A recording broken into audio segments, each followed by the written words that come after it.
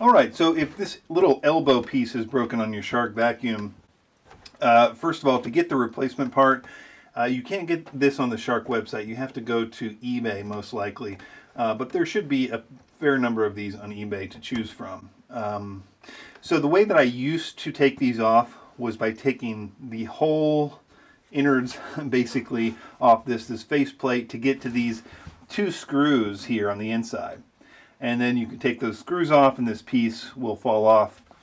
With this particular model, the purple ones, the NV352, once you take those screws off, this just comes right off.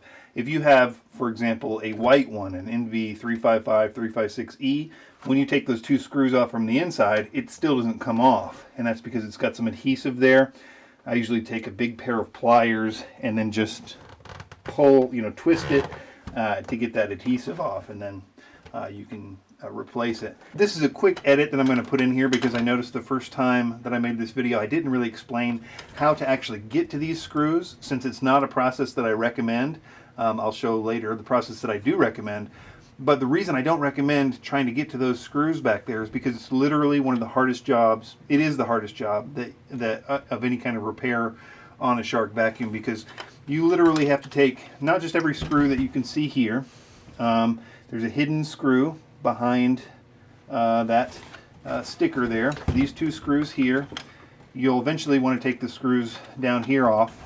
Ultimately, what you want to be able to do is pull this unit up, and it goes in about this far. You have to pull it up before you can pull this faceplate off. But the problem is that the cords going to this switch are very tight, so sometimes you'll have to take this whole bottom out and then loosen up the brackets in there to get enough slack to be able to pull this up far enough to take the plate off to get to that. So literally you're going to be taking apart every single thing that you can to get to it. So that's why I don't recommend doing that.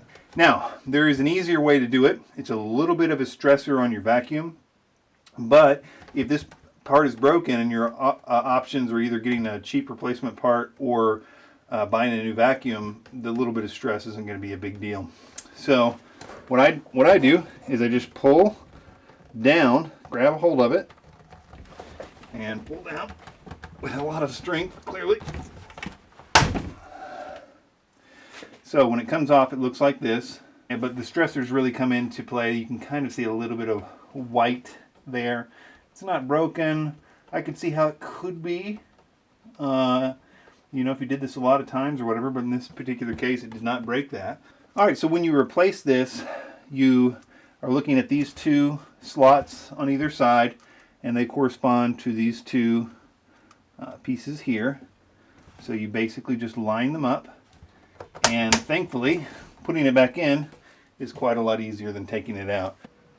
One final thing to mention that's really important, when you're buying these on eBay or wherever, I would recommend buying them that look like this, where you can see the rubber seal, because if you buy them with the other piece on there, really the only way to attach it is to take the whole machine apart to attach it with the screws, because it's really, really hard, even with the screwdriver and prying it or whatever, to get that piece off without the leverage of it being on the machine. In other words, it's really easy to pop in once it's like this, but if you get the part with that other piece on it, it's nearly impossible to get that other piece off of it.